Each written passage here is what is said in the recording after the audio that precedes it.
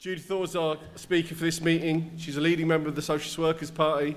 She's written a number of books, particularly around women's liberation, and she's got a new one coming out in September, Abortion Wars, the Fight for Reproductive Rights. So that's one to make sure you get in September. She's also a national officer of Stop the War Coalition. Judith will speak for about 35 minutes, and then we'll open up to questions and contributions. Judith. Right, thanks, Amin. Well, we talk today against a background where meeting in Hamburg are 20 of the most dangerous individuals in the globe who are going to sit and discuss how to combat terrorism. They are the reasons the world has become a more dangerous place. And today we're going to talk about terrorism in all its forms, but we have to remember that backdrop. And remember that the world's most powerful leaders are discussing how best to carve up the wealth and resources of the world to benefit their class, their system. And they will go to any lengths, including extreme violence, to pursue their political ends. But let's start in Britain, because in Britain we have seen a series of horrific terror attacks over the last months. The weapons include knives, hire vans, homemade bomb, and acid, and with lethal consequences. There's been many casualties: Westminster Bridge, London Bridge, Manchester, Finsbury Park, and in East London, an acid attack on 2 Muslims, which I believe does fall into the category of using violence to further political ends. I don't think there's any question about that, do you? But it's clear today in the West that terrorism is not defined in that way, as using violence to pursue political ends. But terrorism is when Muslims carry out violence. When Muslims are the victims of violence, however, suddenly everybody talks about what was the mental health of the victim? Were they drunk? Did they have family problems? They were a lone wolf, nothing to do with politics, just an individual. And even the acid attack on 2 young cousins in East London was at times referred to a revenge attack. Not revenge in terms of some acid attack by somebody they knew. It's clear that the person who attacked them didn't know them, but a sort of general revenge on Muslims. Now, this was quickly dropped, but it shows you the context in which violence is not just seen in an abstract way, that the context of who perpetuates it and who's the victim of it shape how the media and politicians and the state reacts. And of course, there is complete denial by our ruling class that the people who constitute the greatest number of victims of terrorist violence, and even violence associated with ISIS, are actually Muslims. This is absolutely denied. And when an attack happens, we hear the sort of similar things. I remember after the attack in Finsbury Park on the Today programme, it was, well, we don't know if he was involved with other people. We don't know whether he was part of any group, as if that in itself would be, that means that it wasn't a terrorist attack. Nobody said that on Westminster Bridge when somebody acted alone, because as soon as they identified the person as looking like a Muslim, clearly, it was identified as a terror attack. And at one point, I remember some months ago when there was another incident where, again, the pundits were saying, well, we don't know the identity of the perpetrator yet, as if just the identity of the perpetrator would then decide whether or not it would be categorized as a terror attack. And of course, when our ruling class uses extreme violence, airstrikes that kill, and war, that's always peacekeeping, or it's humanitarian, or it's in the national interests, or it's attacking terrorists. Remember when David Cameron said that we had to bomb Syria because it would make our streets safer? Or Hilary Benn, even more galling because he is a Labour Party MP, saying that bombing Syria was really similar to socialists who went and joined the Internationalist Brigade to take on the dictatorship in Spain. And also they do talk about, don't they, well, we have to go in and intervene there because we're going to protect the Syrians and the Iraqis from ISIS. And yet, today, in the last 24 hours, we have seen Iraqi refugees and Syrian refugees in France swept out of Paris, of the streets of Paris where they're forced to live. And in Dunkirk, where a woman has given birth to a baby in a forest, one of the most developed countries in the West, A woman's given, an Iraqi family has got a baby 6-week-old who's never been in a cot and lives in a forest with her family who've escaped from the war. So this is how much they really care about people who are suffering in Syria and Iraq. Not at all. They have absolutely no shame. Now, it's very good in Britain that in reaction to the attacks that I mentioned, that there were enormous demonstrations of unity, vigils, a call not to victimize and stigmatize Muslims, because clearly we know that is what happens after attacks that have been carried out by people who are seen as ISIS terrorists. And this is a good thing. This is important. Despite this, we have to see that there was actually a spike in attacks on mosques and Muslims after each attacks. The depth of Islamophobia is still very much a part of British society. But I think it's absolutely vital that thousands of us across the country came out to say that this is not about Islam, this is not about Muslims, our brothers and sisters who we live among. And I think this is something it's a vital reaction. But I think, when the government gives the talk about, British values, we're just going to carry on and everything, of course we're going to carry on. But I'm sorry, many people are scared. And actually, I think what the government wants to do is they want to normalise the fact that we have to face terrorism, that we have to put up with it being a part of our life, because really they know that their actions are going to perpetuate a situation where these things happen. And they want to get us into the situation where this is something that is just part of our life. And I think that's something that we shouldn't accept. And I think when we look at terrorism, we have to start by saying it's really a feature of capitalism. It's something that we have seen over some time. I mean, capitalism itself, was born of violence, and the minority used the threat of violence in everyday life to keep us in our place. But you see, we as revolutionary socialists, we don't just say we're against violence in some sort of abstract way, because really it very much depends on who is wielding it and for what purposes. It's not enough just to say you're against it in a way, in an abstract form, because really, self-defense is no offence.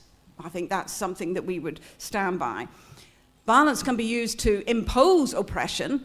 It can also be used to oppose and resist oppression. I mean, one of the ways to see this just in one single movie is the Battle of Algiers.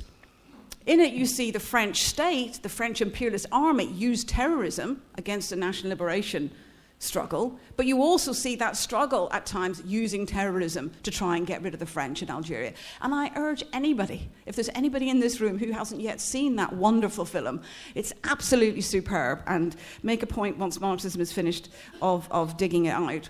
It tells you so much about struggle, imperialism and suffering and the fight back. But so we see terrorism in many different forms. I mean, for example, some people refer to it as a sort of classic form of terrorism, but, the national liberation struggles of the FLN or against French imperialism, or the IRA against British imperialism, or maybe the ANC fighting apartheid regime. Struggles that are rooted in mass struggles, rooted in a struggle amongst working class people who are fighting against an imperialist rule, who've got clear aims of kicking out the Brits. Let's remember that in Ireland, what started just as demonstrations of civil rights protesters inspired by the civil rights movement in America, asking for the vote, who were battened off the street and then shot off the street in Bloody Sunday. That's when the Provisional IRA really grew. It wasn't automatic, it was a product of the repression of any sort of demand for basic human rights. So this is a sort of terrorism rooted in a struggle such as those. And let's be clear that people who are deemed terrorists then, when they make compromises and accommodations to the state, they're hailed, aren't they, as national heroes. Look at Martin McGuinness, former IRA, when he then came in. And this joke about him and the Chuckle Brothers, Martin McGuinness and Ian Paisley. Actually, it made me feel physically sick to see him laughing away with the leader of the DUP. Not something to be smiling about, but it shows, that actually the ruling class would be quite happy to accommodate and pull into power people that they've previously seen as their military enemy. Such terrorist struggles are different in turn to, for instance, the Baader-Meinhof gang in the 1970s in Germany, or the Red Brigades in Italy. You know, these are terrorist groups, often from middle class, perhaps intellectual backgrounds, who want to have what's often called the propaganda of the deed, do big heroic things to show people maybe they're frustrated at the lack of struggle or the speed of struggle, and they think by doing something, you know, really dramatic that they can move the struggle along or make a statement. But they have no roots in a mass political movement and don't seek to do that. So that's quite different to struggles of the IRA or others like that. Then we have right-wing terrorism, if you like. The ones that I said are always described as being the lone wolf. And you see it every single time, whether it's the person who murdered Joe Cox, the MP, the Finsbury Park attack, as I've said. I mean, really, the idea that the Finsbury Park attacker had nothing to do with right-wing politics, you know, when you hear that he hired a van from somebody whose son said, if only we hired out tanks, then he could have finished the job.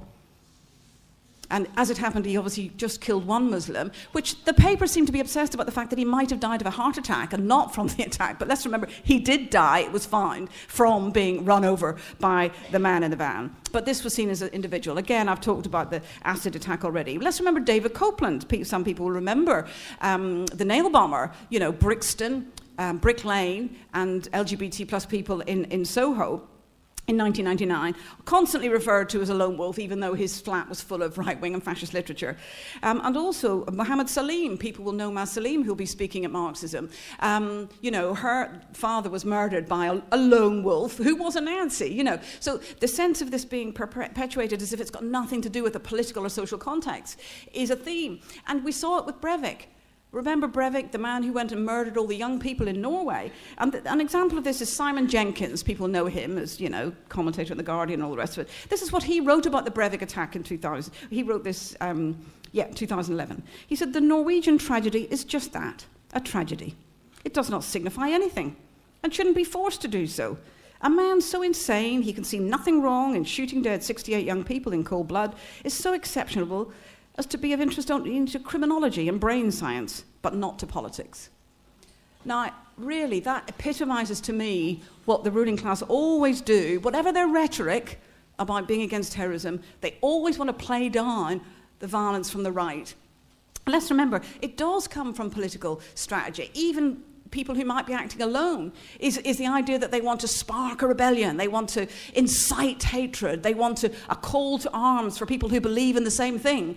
It's not just an individual thing, it is absolutely has a political aim. And so we have to keep coming back then to the ruling class and the terror that is fundamental to understanding where this comes from and what is going on. So when we come back to the question of what's driving terrorism today, we always have to start with the ruling class.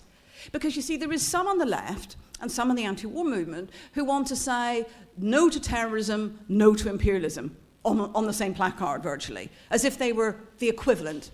And I don't believe that's the case. I believe we always have to start with imperialism, with the violence of the ruling class, the greatest perpetrator and root cause.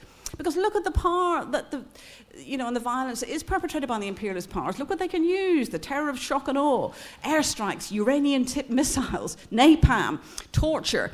We go through this, or the mother of all bombs, if you like, which is, recent for everybody here in Afghanistan, sent by Donald Trump. Remember, people you said, oh, Donald Trump won't be a warmonger, like Hillary Clinton, how wrong they were. And then look at Palestine. Really, Palestine, the open wound in the Middle East that epitomizes and symbolizes everything about injustice, violence of imperialism on a people. And I think that sense of understanding what these air forces, armies, and navies can deliver in terms of devastation and murder. Really, there is no comparison. And of course, the imperialist powers don't just use that sort of traditional military violence. Of course, they support and arm groups on the ground if they so choose. They're doing it to a number of groups in Syria. They did it to Al-Qaeda. They did it to bin Laden, let's remember. When bin Laden was leading fight against the occupation of Afghanistan by the Russians, the West wanted the Russians to be beaten and funded groups, including bin Laden's, to fight back against that. And then, of course, bin Laden was responsible for, or people following bin Laden responsible for the 9/11 attacks in America, and then everything was all about, we have to go and get Al-Qaeda, we have to go and get bin Laden. what happened then, obviously that was the creation of the war on terror, which, as I said, really we are looked at the world being a far more dangerous place. And, you know, often people say, well, we had Al-Qaeda, then ISIS, what can come next if they smash ISIS and if they smash what's happening in Syria? This won't end because the political conditions that generated it have not gone. So this is not the end of the story by any means, even if they say we have smashed ISIS in Syria and Iraq. It's not the end of the story.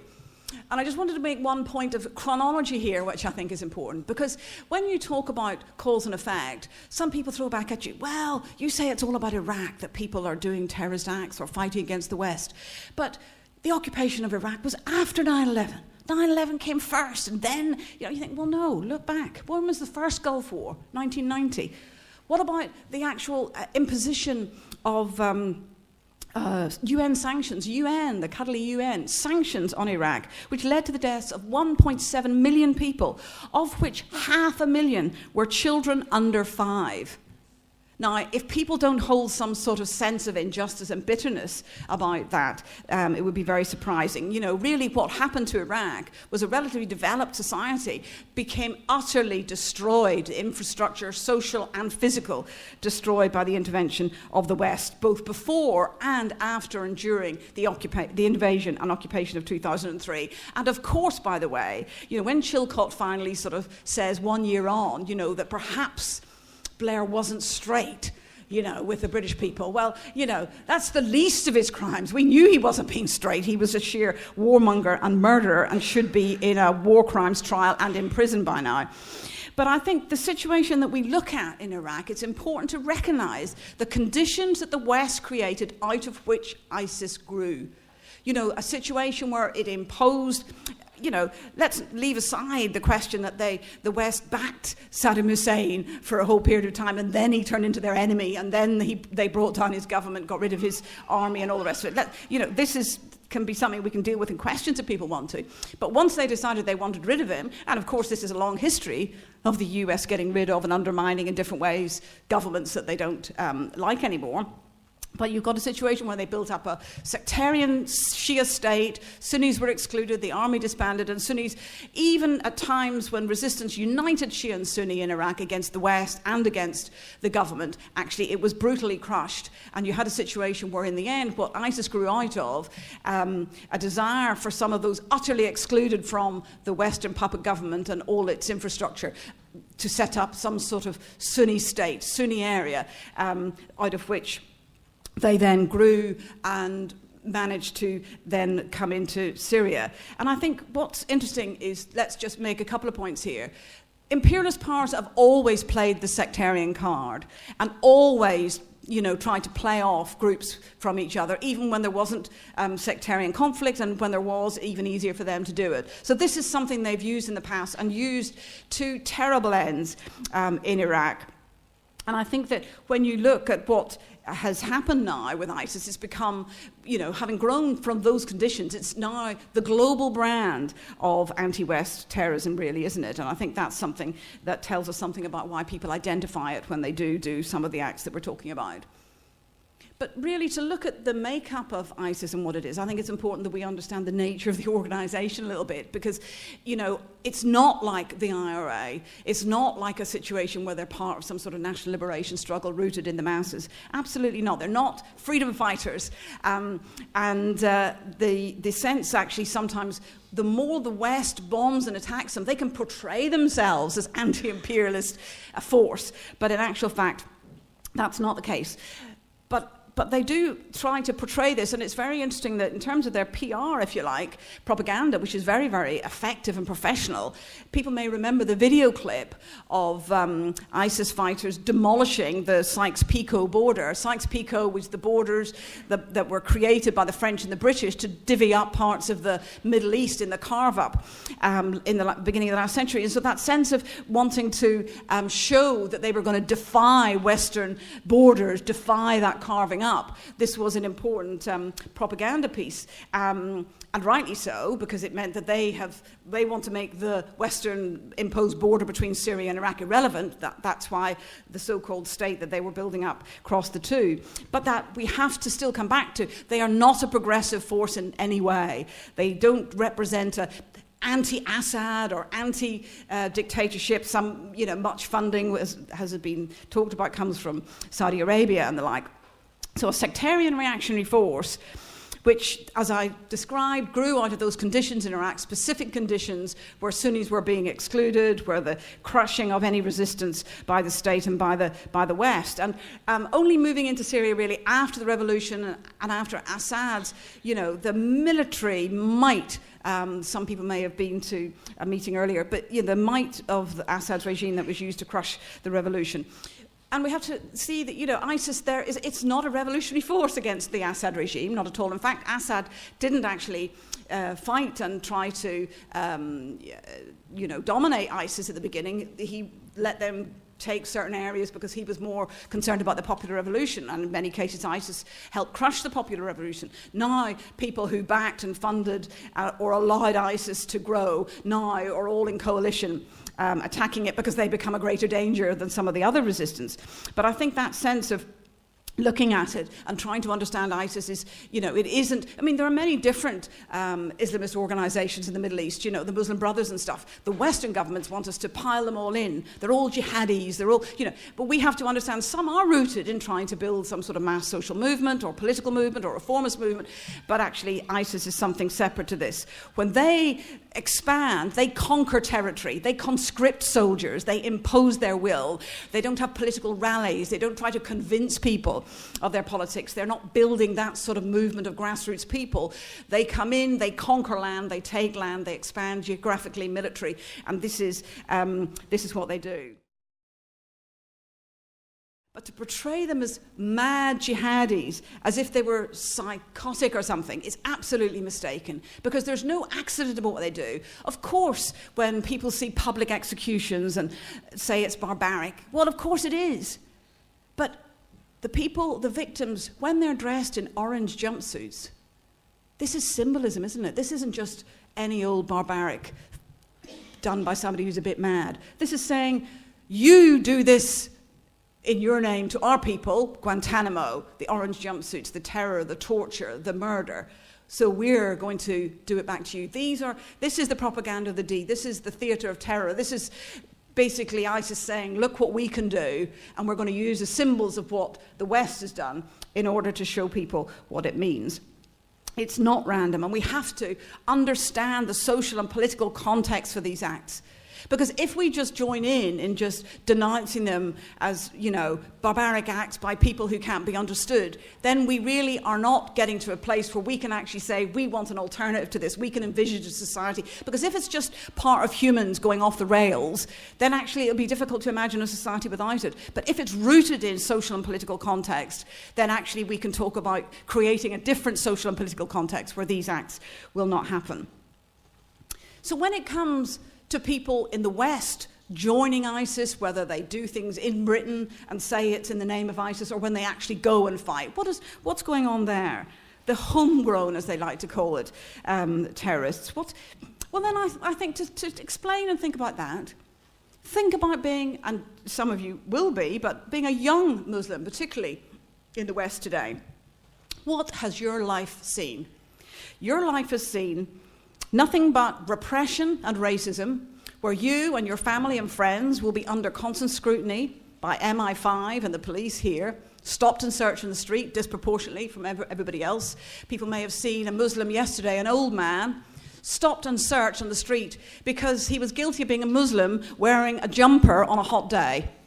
They thought he looked like he was overdressed for the weather. So this is the state of injustice that people face every day. You will have also seen for the whole of your lifetime nothing but Western imperialist military intervention in Muslim countries murdering thousands of people. And let's remember, this great humanitarian coalition fighting ISIS is killing civilians every other day, thousands of civilians, in the name of the West's fight against terrorism. And they have seen Abu Ghraib, they have seen Guantanamo, they have seen the secret dark prisons, they have heard Mozambique, they have heard people talk about what the West has been doing to Muslims. No wonder that many young men from Britain, France, Belgium, wherever, have joined up or have identified with in some way. I mean, some of them have never been to the Middle East, some have, but identify in some way of maybe ISIS being the people that are the most at the forefront of a fight against this Western imperialism, a fight of standing up for Muslims against Islamophobia and repression. And I think that when you look at it, the alienation that many young Muslims feel, I mean, you know, it's sort of never acknowledged, is it? You know, that actually if you're treated like your life is cheap, or the life of your brothers and sisters is cheap, you're going to feel yourself that life is cheap. And I think that when you look at the prevent strategy, really, I mean, you know, introduced by Tony Blair, let's remember, but made into law by the Tories, it is utterly associated with being Muslim. Let's not have anything that they're looking at right-wing terrorism as well, etc. You know, they really don't care about that. This is really solely about attacking Muslims, which would have been Irish in the 1970s and 80s, let's remember. And actually, you know, there are older Irish people in London today who have disproportionate mental health problems because of the being treated as a suspect community back decades ago. They are still suffering today from the anguish of being treated like they were dangerous because of their accent. And so what will be the case, you know, when I'm talking about young people today and their sense of alienation and, you know, being victims of repression and racism, this is something that will sit with people for some time. It's seen as a problem of Islam, of religiosity, of radicalization. You know, it's a process. If a child at school mentions Palestine, if they perhaps then start talking about the Quran more often, then, you know, if they're on their computer a bit too much, you know, the process they describe, you know, means that children are being told by their parents, Muslim children, not to talk about anything in school that might be taken as something that would indicate their family, you know, has got connections with Syria or with ISIS. I mean, remember the poor young 10-year-old in Lancashire last year who wrote that he lived in a terrorist house. Actually, what he meant was a terrorist house. And this was reported to the police. So this sense of, you know, every space being invaded, the police want to get people now, you know, before they do anything criminal, before they break the law, they might be thinking about it. Well, I tell you what, there's probably a lot of people in this room that often think about things that are challenging the state and breaking the law, you know, but that prevent isn't going to be getting at people who are not Muslims at the moment. This is not what it means. Because what they claim, the prevent strategy and the prevent approach, if you like, it talks about indicators, and this idea that extremist ideology is a problem, radicalization, and terrorism is the outcome at the other end, like a sausage factory, is really, you know, very, very dangerous, because they talk about some of the indicators, and other people will, you know, have experience of this, and we'll talk about it in the discussion, I hope. Identity crisis, distance from cultural and religious heritage, and being uncomfortable with their place in society around them. Well, how many teenagers do you know that get an identity crisis, distance from cultural and religious heritage, and are uncomfortable with their place in society? You're really describing the angst, aren't you?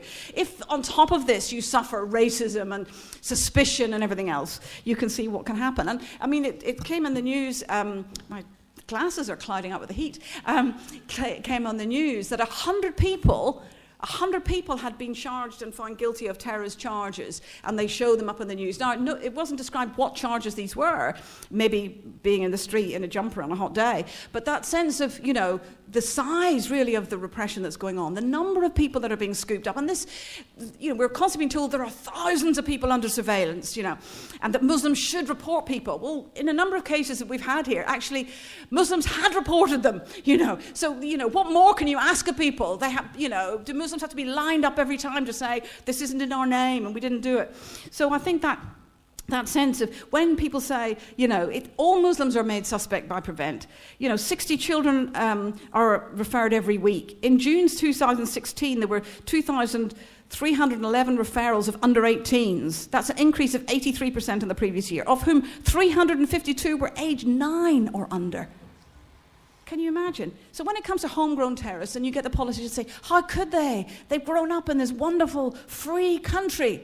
Well, not if your toddlers are getting arrested or sent off to the police if they misspell a word. Not if you're disproportionately stop and search. Not if you're demonized by the politicians and by the media who are their voice pieces every day of your life. And let's remember, when we talk about the English Defence League and the Nazis who use Islamophobia to inflame hate, they only grew in a situation where Islamophobia became mainstream, became acceptable. It was the politicians, the right-wing politicians, including the right wing and Labour, who have been perpetuating this filth for years. So no wonder some of the far-right groups feel that they can benefit and grow under it. It's only by the actions of our side that have pushed them back. But I think we have to absolutely see this idea that, Islam is, automatically some bigoted conservative religion. I mean, all this, all the Muslims in the German parliament voted for equal marriage, as if, my goodness, I can't believe some of them are progressive on sexuality. Well, and Merkel voted against it, let's remember. But, as if all religions and non-religions have extreme bigots and progressive people. I mean, Arlene Foster, anyone? It's that sense of it. But we don't say that every single Protestant, who grew up as a Protestant in Northern Ireland is a bigot, thankfully. So that sense of, we have to sort of see how this sees to people. The racism against Muslims is deep and raw and mainstream. I don't have time for detail, but certainly in France, where Islamophobia is even more virulent than it is here in Britain, even more virulent. 70% of the inmates of prisons are Muslims, compared to a Muslim population of around 8%. That figure alone should tell you why people feel bitter and angry. And I think it's interesting that the morning after the Grenfell Fire, there was a video of a woman sitting in the street, deeply distressed, and she was shouting to somebody holding their phone camera, saying, they always attack Muslims when they do bad things, but the Muslims saved my life, the Muslims saved us, and talked about how they ran into the building because they had been breaking the fast that night, and people will know the stories, and banging on doors and waking people up. But she was saying, tell them this, because she knew how much Muslims are vilified. It was incredibly moving. And I think there is an absolute sense of that sort of injustice. So what do we say as socialists? Well, honestly, go read Trotsky if you haven't already. It's wonderful and clear, and it really makes sense. Because he says, first of all, we, socialists, have nothing in common with those bought and paid for moralists who, in response to any terrorist act, make solemn declarations about the absolute value of human life. These are the same people who, on other occasions, in the name of other absolute values, for example, the nation's honour or the monarch's prestige, are ready to shove millions of people into the hell of war. Absolutely right. Terrorism is a product of the system. Terrorism of the oppressed is a cry of anger, despair, vengeance, or a statement, but it's a response to what's happened. But we also have to say it's not the way to beat imperialism. It's not the way to beat the ruling class. It's not the way to challenge the system. For revolutionary socialists, we always argue, and in every meeting you're going to hear it at Marxism, for self-emancipation of the oppressed, of the working classes. We believe people should fight for themselves. And even those terror groups, such as the IRA and others, who are rooted in communities in struggle, those people are merely an audience to by definition, terrorist acts have to be secretive, have to involve only individuals. And so you're meant to applaud or watch the brave act. They may hide guns, they may go to funerals, but they are passive audience. We don't believe that's what working class people should be. We believe people can be find their own freedom. Nobody should do it on their behalf, whether it's in Parliament or whether it's in this sort of struggle.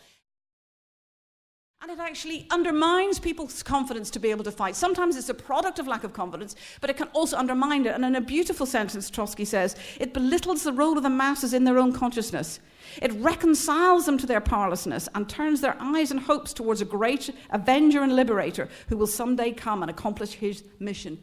I think that's absolutely right. It's beautifully put, but that sense of a big terror, Thatcher, one of the most popular bombs the IRA ever did was the Brighton bomb when Thatcher nearly died. But honestly, if they'd killed Thatcher, they would have replaced her. It would have been a momentary sort of, oh my goodness, but far better that the miners' strike would have won.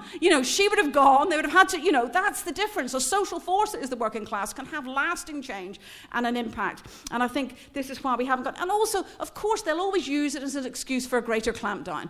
What did Theresa May say, about crackdown? She thought it was all going to play her way in the election. And she said there's too much tolerance of extremism, especially in the public sector. That was an attack on teachers, the teachers' unions, and people who have opposed Prevent. But of course, now, I'm not saying that terrorism is the only reason that the ruling class has crackdowns. No, they'll always look for excuses. They'll always do it. But we don't want to give them that.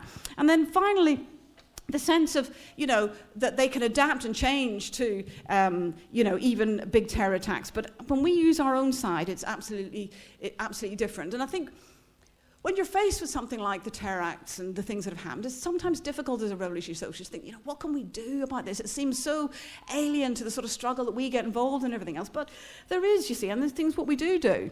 We have to be the most trenchant oppositionists to our rulers' wars abroad and racism at home. We absolutely have to fight for that. We have to show that what Theresa May or Donald Trump do is not in our name. I don't know if people remember Mozambique, an interview in Socialist Review many years ago after he was released from Guantanamo. He talked about how the Stop the War movement in Britain was something that actually acted as a buffer for young Muslims angry at the West. But it meant that they understood there were people who opposed their government. There were people who opposed Islamophobia, who opposed the war, who opposed Guantanamo and torture. And that made a difference. And that's the importance of what we do today. We say our rulers are not acting in our name, and that actually when Muslims who have been attracted to the idea of wanting to fight against repression or fight against what's happening in the Middle East, we have to say we don't think, we are not all a target. This is how Mozambique put it. The idea that if all Muslims are being targeted, then there seems to be a legitimate idea to turn around and say all British people can be targeted. And if we fight to say, no, we oppose this, I think it can make a difference. We always point upwards at their wars, upwards at their racism, upwards at imperialism and the violence of the ruling class. And what's interesting is I think a lot, not all, but a lot of what we say chimes with the common sense of ordinary people today. 2 million marched in 2003 against war, and that still leaves a common sense legacy. Look, when the terrorist attacks happened during the general election, I'm sure many of us thought Theresa May was then going to regroup and was able to be strong and stable against terrorism, etc. And she tried it, didn't she? She tried to say that Jeremy Corbyn not only was soft on terrorism, but was almost a terrorist himself because he'd spoken alongside Sinn Féin. But it didn't work. And the fact that Corbyn did a speech about imperialism and war was really helped to reset the balance. And it meant that actually these things are more common. And I think the idea that when we look at options to fight back, when we look at the terrible situation, the oppression of years of imperialism, of carving up the Middle East, what's different about doing a meeting like this today and doing it, say, 10 years ago, is that the alternative that we have talked about in the abstract, we have seen in the reality in terms of the Arab revolutions. We have seen revolutions with a mass of oppressed people who've been used as the pawns of imperialism for decades rise up and take the center stage of history to shape their own lives. Now, of course, these are in retreat, have been crushed and repressed, and the product partly, ISIS, the growth of ISIS is a product of that defeat, particularly in Syria. But that sense of there is no substitute for those sorts of mass struggles. There is no shortcut. To be honest, if this was the shortcut, then really we wouldn't be having Marxism like this. We'd be teaching you how to build pipe bombs, how to shoot. But we know that's not the answer, even if it might be tempting at moments of despair when you think you can't face up to things. And so, therefore, that sense of talking about what do we want to see? We want to see revolutions where everybody can be a part. Social revolutions, the upheaval through which the ruling class cannot recover. Those sorts of revolutions forge unity over old divides of caste, of religion, of race. And they have proven themselves to be the greatest danger to the despots and their Western backers. Because let's remember, the West absolutely were terrified of the revolutions, and the Saudis and the others still want to try and block any more resurgence of that sort of struggle. But revolutions not only are the way to change the world, but they are the way to change us. The process of struggle changes us, changes our ideas, challenges us. And that's what's so important. How Engels put it, he said, people have got to have a stake in the struggle, body and soul. That's the sort of struggle we look to. That's the sort of struggle that we're building as an alternative to challenge the bloody barbarism and killing of our rulers.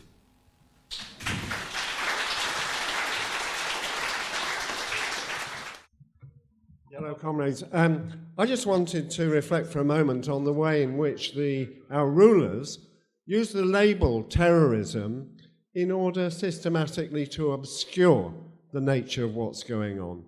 Think about the oppression of the Palestinian people, and think of the disgusting sight of Netanyahu talking about Palestinian terrorists, when we all know that Israel as a state only exists because of systematic terrorism in the 1940s against the Palestinian people to dispossess them of their land.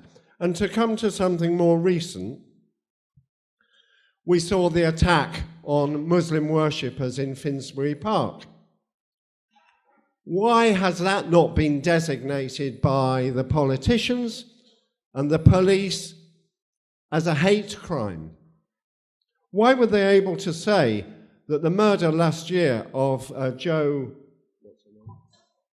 Cox was a hate crime, but not the attack in Finsbury Park? I can tell you why I think that has been designated as a terrorist offence, because if it had been called by the police a hate crime, it might have invited you and me and us to reflect on Islamophobia in society and the responsibility of our rulers, including Theresa May, for promoting it. So no, we can't have Finsbury Park designated as a hate crime. We'll divert attention by calling it terrorist. It just means nothing, but it's very helpful to the rulers that we face to obscure the reality of what's actually happening out there in society.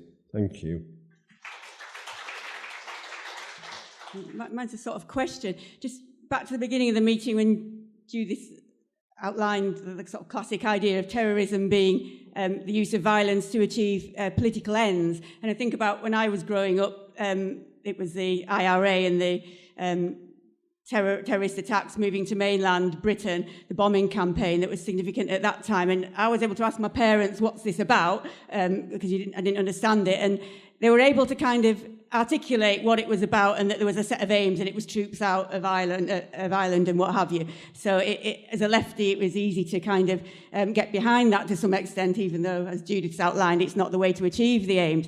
When it comes to terrorism in Britain at the moment and terrorism identified as Muslim terrorism, I do find it is really hard to understand what the aims are. They're not articulated, or they don't appear to be articulated. And my question is that perhaps because it's terrorist acts against something that has become so broad, Western imperialism has, spread out and is such a huge feature of society across the world, or is it part of the the Islamophobia that means Muslims don't feature in the media, we don't hear what they have to say, or they're too scared to say it, so we don't actually ever get to find out what are the aims behind the acts, because actually what we do hear in the media is we hear, oh, the person shouted Allahu Akbar, and so we see it as a kind of religious response with no particular defined aims.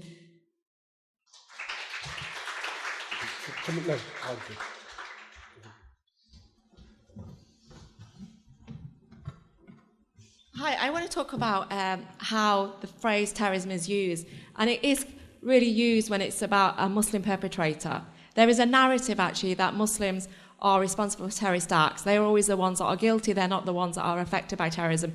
And yet all the data shows us, whether it's across the world, that actually victims of terrorist acts are always Muslims. The majority, anyway, are Muslims. And yet, actually, the narrative in Britain is that Muslims are terrorists, and the two go very much together. And I think it's a real reflection of why we're seeing the rise of Islamophobia.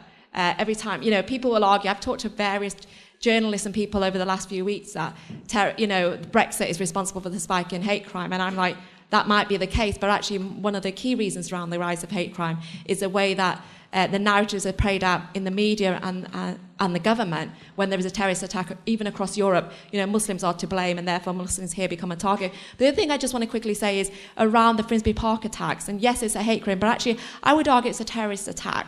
Just as it is with Joe Cox, and just as it was with the individuals who are attacking Muslims around using acid.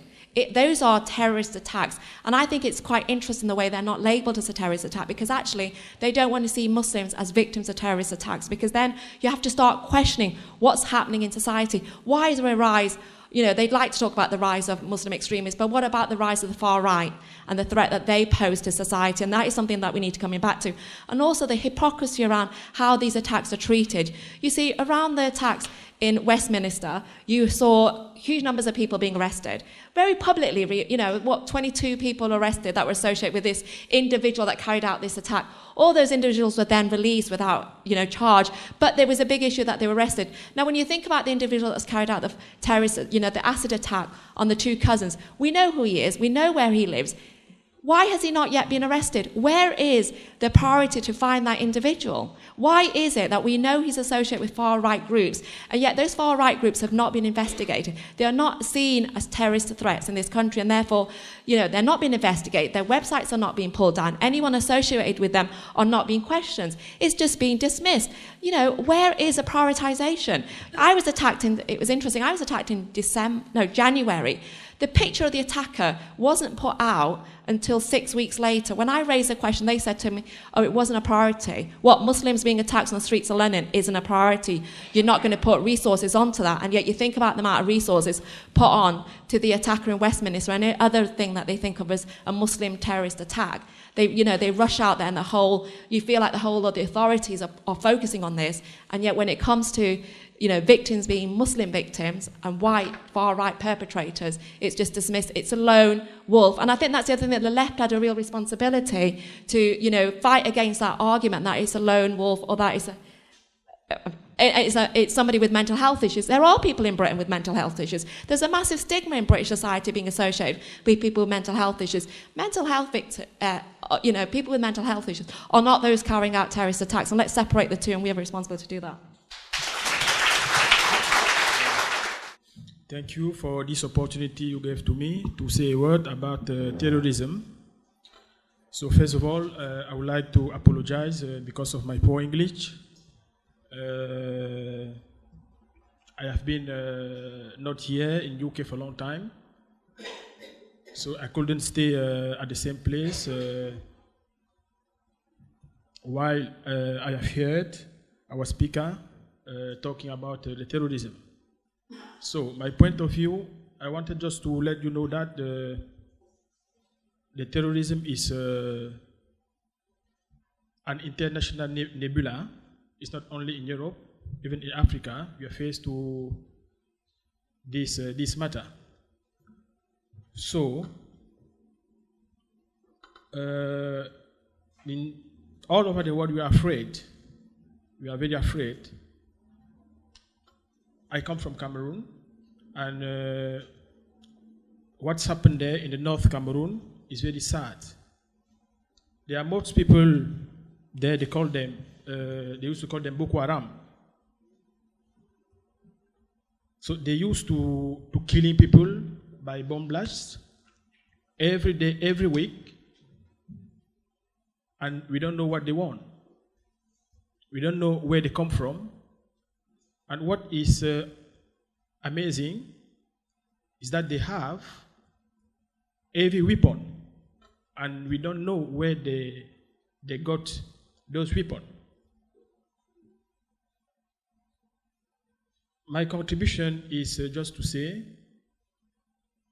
if they are asking for something, the world now is democratic. They need to come to the table of the negotiation to ask the people what they want, and we will be able to sort the case, rather than killing innocent people, leaving people in scar. So that is what I wanted to say. So it's a matter of the world, it's not only a matter for Europe. Thank you.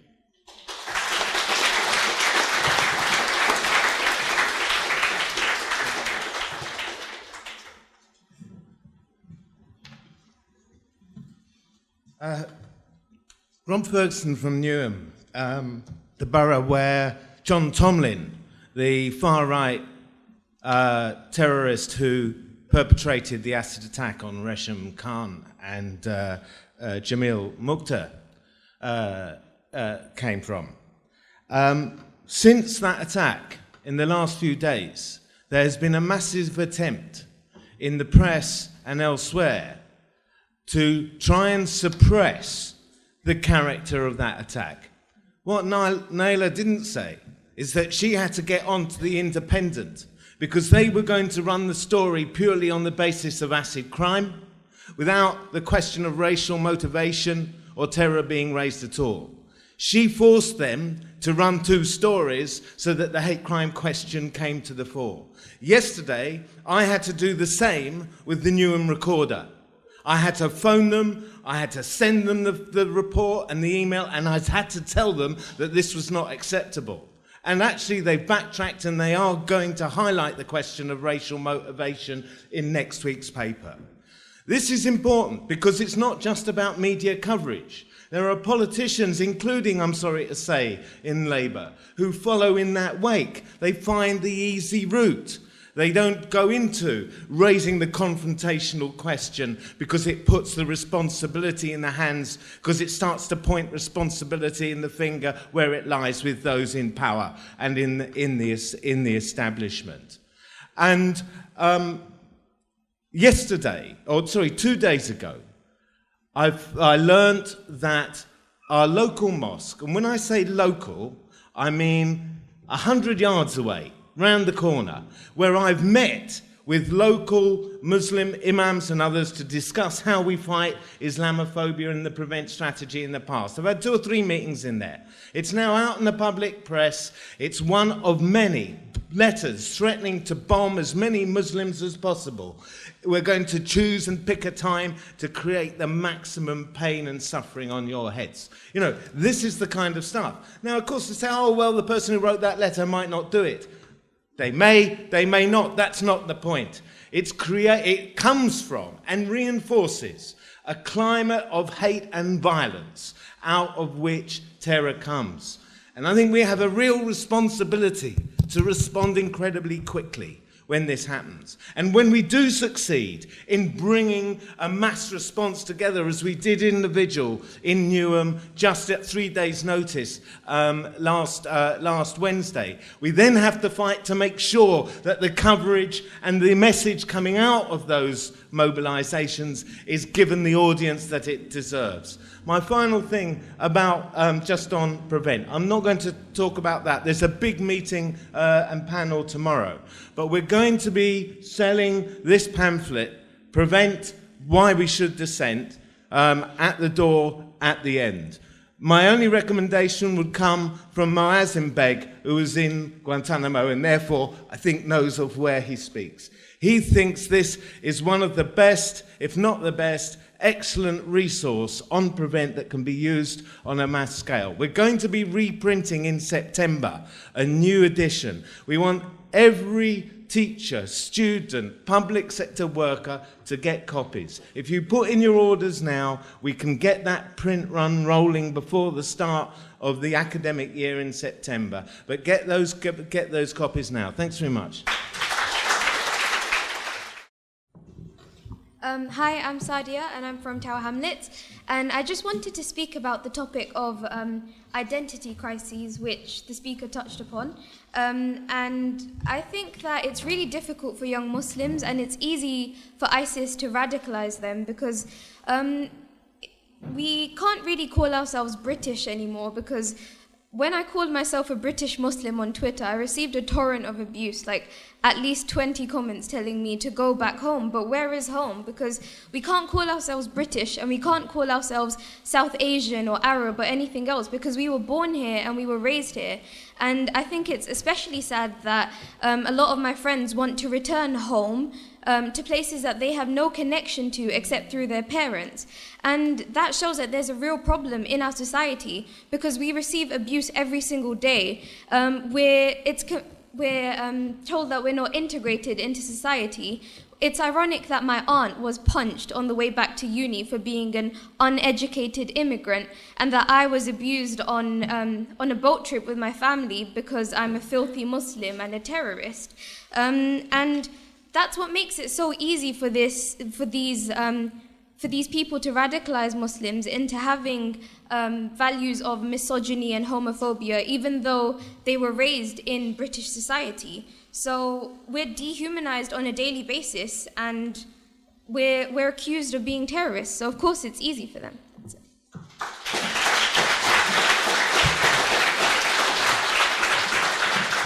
All right.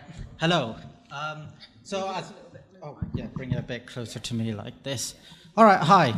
Of course, I'm responsible for everything someone else does, so I apologize for all of that. But it's like, as well as the actual incidents themselves, we have to acknowledge the fact that it's massively institutionalized. You have to just look at the language that we use. For example, flocks of immigrants, as if we're like birds just migrating to have a nice time. But it's not just that, but also like Katie Hopkins, calling for some sort of final solution. And this sort, for example, I know the Nazi Germany example is exhausted, but the demonization of Jews did not happen overnight. It wasn't a case of, we'll just send them off, we don't like them anymore. It's like years of dehumanization, them hurting the economy, they're comparing them to rats.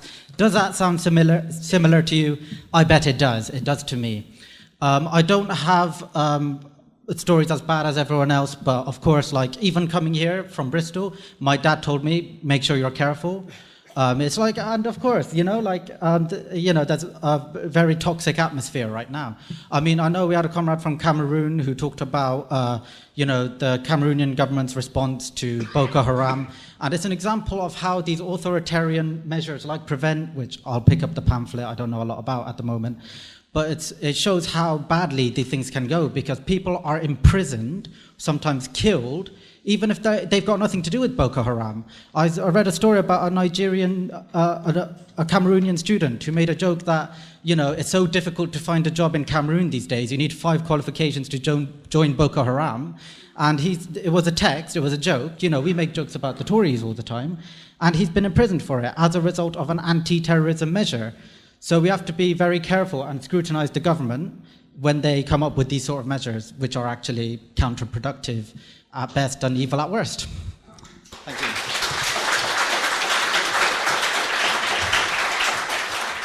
Good afternoon, everyone. My name is Mohammed. I'm a counter-terrorism student, master's student. I don't need to say it, but I actually want to say a massive thank you to you all. As a young British Muslim, it means a lot when non-Muslims defend us and speak out for us, and I really mean that, so thank you. Judith, a lot of what you said makes a lot of sense, and I agree with it.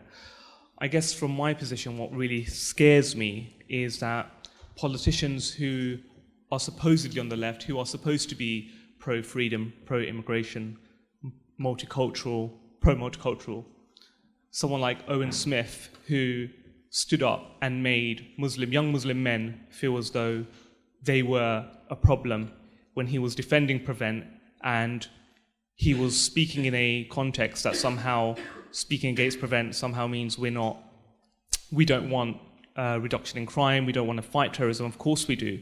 Every time there's been a terrorist attack, whoever the victims have been, me and my Muslim friends have always gone as volunteers to see what we can do. I was pretty disgusted when Lee Rigby died.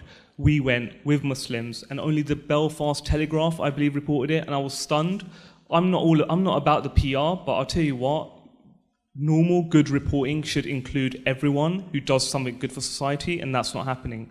I guess my question for Judith is, do you think legislation can actually assist with the way in which media portrays Muslims and other fringe minority groups? Because the narrative for too long has been very anti-Muslim, and it's come across subtly and quite explicitly, and I can't help but think they've fueled anger and division, where a lot of young British Muslims who are educated, who go to university, who contribute to society. I'm London born and raised, 60% of my friends are white, non-Muslim. I love them, I have no problems with non-Muslims at all. Yet it's saddening that you could read the papers and you would think that we're from another country. So I hope that you could address that point. Thank you so much.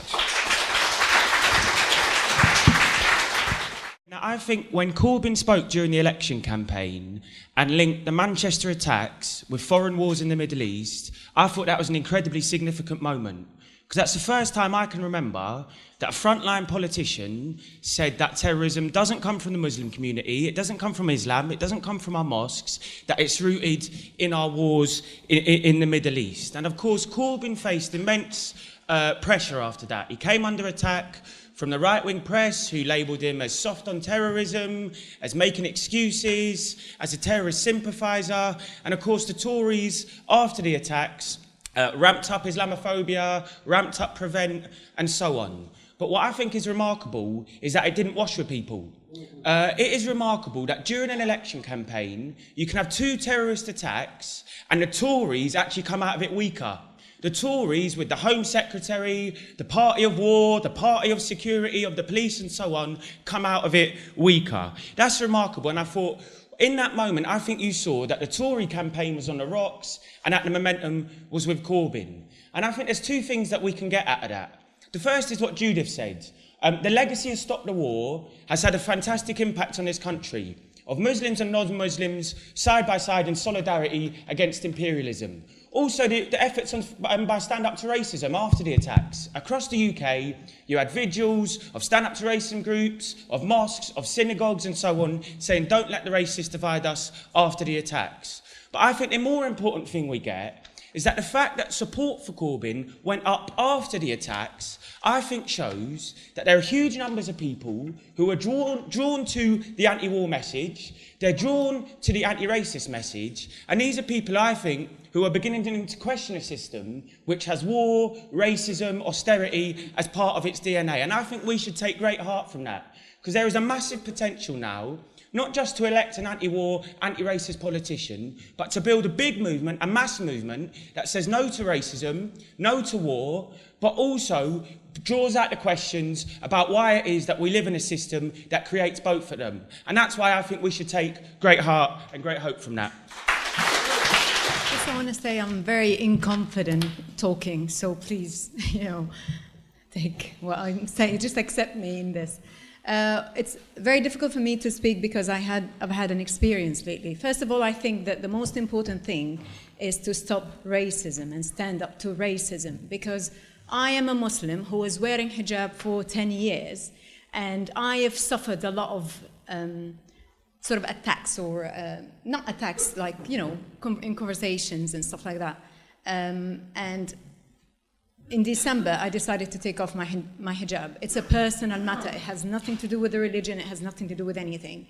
And I've realized that, what the hell, I'm actually black. It doesn't matter. I'm a black.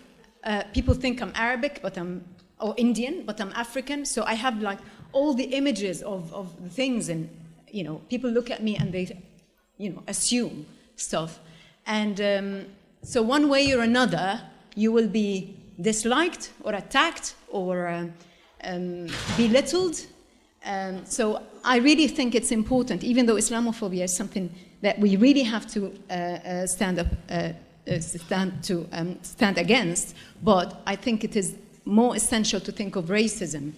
It is a disease, as been said by many scientists or people who are activists. It is a disease. We really have to think about that, and we really have to empower also the victims of attacks. We really have to empower Muslim women not to be afraid. When I was wearing hijab, I was not scared. I would talk back. I would, this is my personality. Maybe I'm lucky to have this, but there's so many Muslim women that I know with hijab who are so scared. They don't feel they belong anywhere, because, to be honest with you, they're the worst it's the least position you can be on earth, to be a Muslim woman with a hijab.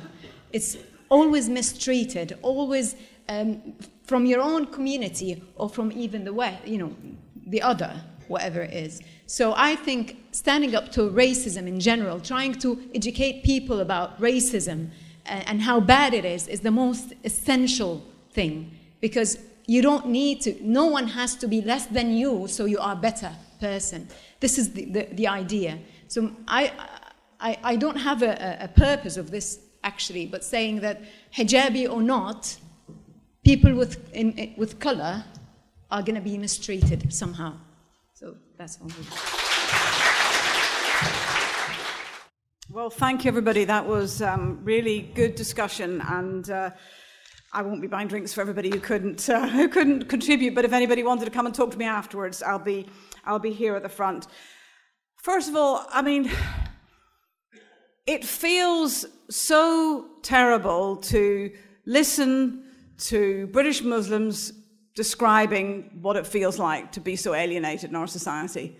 It really, it just makes me feel quite physically sick. And I think, if we have to state it, we have to restate it, that Muslims in Britain are our sisters and brothers, are part of us, whatever the colour of their skin, whatever country they came from. They are part of this society. And they don't have to beg for acceptance. They shouldn't, the sister who removed her hijab, it's right. If you're still black or you're Asian or you're mixed race or seen as the other by the establishment, you'll still be targeted. And that's why we have to just build our side. Because really, when we talk as revolutionaries about being tribunes of the oppressed. And that means when it's the most difficult, when people are being the most persecuted, that's when it's all the more important. And I thought dehumanize, the word used by one speaker, which I just think really goes to the heart of it. Because actually, when people are dehumanized, you can do anything to them. And the mirror of what people said about what was happened to Jewish people in the 30s and stuff, that idea of a gradual thing. The Holocaust didn't just happen like that. There was a sense of how the fascists grew up. And, I wanted because we can feel helpless. And I think that we shouldn't, because I think we can make a difference. And it's not abstract either. Mohammed asked about, legislation. Would it make a difference if we had legislation, for example, about the media? Well, you see, there is actually legislation already that should stop some of the sort of utterly racist torrents that come from the Daily Mail and the Sun. And actually, as a journalist, there are guidelines that say that you shouldn't mention the racial background of somebody in a story unless it's specifically relevant to the story. So it shouldn't be Muslim man stabbed somebody or whatever. But of course, what they then justify is because terrorism is now seen as solely an Islamicist thing, then of course they would argue that it is relevant to the story, which is why they get all confused when some white man drives a caravan into a crowd of people that are Muslims, because that doesn't connect with what they think is the natural thing going on. So I am skeptical if more legislation would stop that. What I actually think is it needs more of the pressure from the vast majority of society that these things are unacceptable and that Katie Hopkins should be sacked, when she's gone over 1 million red lines. But, anything that we can do to make it impossible for them to keep perpetuating the filth is important. And I think, what Rob was saying about what Naila did to insist that the Independent saw the acid crime as a hate crime, as a racist crime, is absolutely vital. That makes a difference. And that's not 2 million people on the streets, but it means us being vigilant. And I think Rob's also right about our reaction to any attack. That is also part of being tribunes of the oppressed. It's whatever happens. We want to go and see what support we can give to the people who are directly involved. We want to actually show that there is solidarity. And let's remember, we're not doing solidarity with the victims of racist crime, etc., to be nice. It's not a charitable thing. It's because actually divisions in society affect all of us. Racism divides the working class. It affects all of us. We are stronger, all of us, when racism is pushed back, when fascism is pushed back. And we are weaker, all of us, when racism rises its head. And that's why it's magnificent that what we have done is been able to push back the BNP and the EDL, and we have to be aware of new dangers all the time. And I wanted to really make a specific example as to why, not to be complacent, but to show the difference that movements can make. Because when I mentioned France and said that the Islamophobia is even more virulent than it is. And you see one of the differences is, there's many differences in terms of the Algerian wars and French imperialism, but in terms of the anti-war movement, we, as the left, built an anti-war movement in Britain that worked alongside Muslims right from the start. No to Islamophobia was one of the first demands. And actually, therefore, we saw a mass movement that involved, for the first time on this scale ever in Britain, mass numbers of Muslims and the left and the trade unions and everything else. This did not happen in France. The left not only has not fully challenged Islamophobia, but some of the left actually go along with it. We saw some of that around the reaction to the Charlie Hebdo murders. And a sense actually I talked last night in my meeting on women, that actually some French feminists actually support a state ban on hijabs at schools and on the niqab in public life, because they say that a hijab is automatically a sign of repression, as if the government telling you what to wear is not a sign of repression. But this is a problem. This means that Islamophobia becomes all the more respectable and acceptable in the wide stream society. So I think that actually what what we've managed to do, Muslims and the left and the activists involved in anti-movement have you know, it would be far worse without that movement that happened and the struggles we've had. But the fact that Islamophobia is still so strong, and the fact that you can come to a meeting and feel, you know, and describe how you feel, shows that the problem is absolutely still there to be addressed. A couple of other quick points just before I finish. I think the comrade from Cameroon is quite right to point out that it is a global issue. You know, when I said it was a feature of capitalism, you know, this is something that is around the world, and clearly, and you're absolutely right, when people talk about Boko Haram and other organizations, actually the West do not talk about combating that because they really don't care, actually, about what happens on the continent of Africa and what happens there to the same extent as they do worry about Brussels and Paris and London. That's the reality. Our ruling class really are worried about the stability of their own governments, and it will only be something that will be addressed in the media as a, you know, as a terrible thing if it actually impacts on the Western's ability to be able to maintain their rule. And so my final point and wrap up is just what was raised about what are people fighting for. It's not as simple as sort of when the IRA were fighting. And that's true, because it objectively isn't as simple. Do you know what I mean? I was trying to sort of describe the differences, really. And actually, what, you know, when I describe the fact that some so-called homegrown terrorists, you know, have never been to the Middle East and everything else, it's more identifying with the people that seem the most terrifying big challenge to the West, to the people who hate Muslims, to the people who attack Muslims. And therefore, even that identity is something, you know, they're fighting just to challenge the people that seem to hate them and hate their families and hate the countries that they would identify with and come from. And therefore, it is more of that explosion of rage and bitterness and alienation, and I identify that these people over there are building an Islamic state. They are building their own country, state, area. And that's actually what, you know, ISIS are demanding. And, you know, we've talked in previous meetings over previous years that if ISIS weren't crushed, they would end up probably doing some sort of accommodation with one of the states, whether it's geographical or in some sort of government, because, you know, they may be treated as beyond the pale, but obviously, you know, there's been lots of organizations treated as beyond the pale before, but have then been brought into some sort of government. This doesn't look likely now in the sense of what they're doing to physically crush us, and now all the Western governments are worried about what about all the people who fought over there, who've been beaten, and if they're going to come back. And we're going to see new scare stories and panics about people who are coming into this country with all the same tropes about refugees, about people being suspicious, and this is what we have to be wary of. We realise now that actually, and Theresa May, we've talked about her government being weak, and it is, and we can beat her. But I tell you what, weak can still be very nasty and dangerous. And actually scapegoating minorities, scapegoating Muslims, perhaps, you know, the idea, yes, let's back up Trump if he wants to go for more bombing. This is the sort of thing weak governments do, isn't it? Weak Tory governments when they're trying to rally the country around them. She tried it after the terror attacks, and you know, we pointed out it didn't work for her. But actually, that's why we have to be organised and stand up to racism. That's why we have to go out there and fight and take it on. And actually, the fact that Unite Against Fascism, you know, did challenge and organise against the EDL over a number of years meant that they were not able to make, you know, break through in the way they wanted to. And let's remember, they were a real danger. They were big. And that sense of what we were able to do, we don't say that means, oh, aren't we wonderful? You know, it means that we have to keep up that fight, because I want a time where actually no British Muslim either feels like they have to take off the hijab or feels that they cannot even say that they're a British Muslim because of the racism that exists in this society. That's the sort of, we want to fight for a very different world where none of us are identified actually by national identity, racial identity or religious identity, where we're all citizens of a socialist society where oppression, racism and exploitation are banished into the dustbin of history forever. And that's what we're fighting for in the SWP.